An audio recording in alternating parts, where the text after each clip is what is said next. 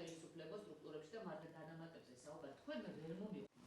მე მინდა გამოვეხმაურო იმ განხილვებს, რომლებიც ახლა იქნება საარჩევნო კოდექსთან დაკავშირებით. კიდევ ერთხელ მინდა დავაფიქსირო ჩემი და ჩემი თანამებრძოლების პოზიცია იმასთან დაკავშირებით, რომ საარჩევნო გარემო ვერანაირ კრიტიკას ვერ უძლებს და სრულიად ნათელია, რომ ხელისუფლების მთავარი ამოცანა არა სამართლიანი და დემოკრატიული არჩევნების ჩატარება, არამედ ნებისმიერ ფასად ხელისუფლებაში დარჩენა. თავად ისიც კი რა მოდელიც მათ შემოგთავაზეს ვითომ და საკონსტიტუციო სასამართლოს გადაწყვეტილების შესასრულებლად ძალიან ნათლად აჩვენებს იმ არგუმენტის სიმყარეს, რომელზეც მე ხლავ საუბრობდი.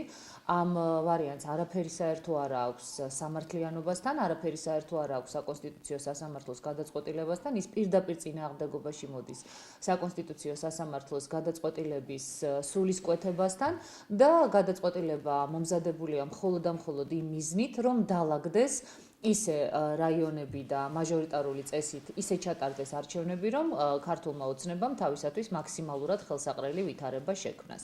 კიდევ ერთხელ ვიმეორებ, ქართული ოცნება ყველაფერს აკეთებს იმისათვის, რომ მხოლოდ მისთვის და მისი სატელიტი ორგანიზაციებისათვის ოდნავ მაინც შეალამაზოს საარჩევნო გარემო.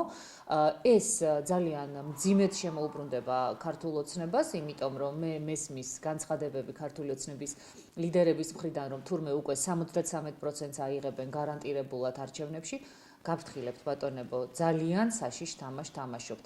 დღეს თქვენ არათუ 73%-ის, 33%-ის მხარდაჭერაც არა გაქვთ და თუ იქნება მცდელობა იმისა, რომ არჩევნები გაყალბდეს, ეს ნამდვილად ძალიან მძიმე რეალობას შექმნის უპირველეს ყოვლისა ქართული ოცნებისთვის, მაგრამ რა თქმა უნდა, ეს იქნება არასახარბიელო ქვეყნისთვის. ჩვენ კატეგორიულად ვაპროტესტებთ იმ ფარსს, იმ ასე ვთქვათ, თვალთმაქცობას, რომელსაც ეხლა ადგილი აქვს საარჩევნო გარემოს ვითომ და გაუმჯობესებასთან დაკავშირებით.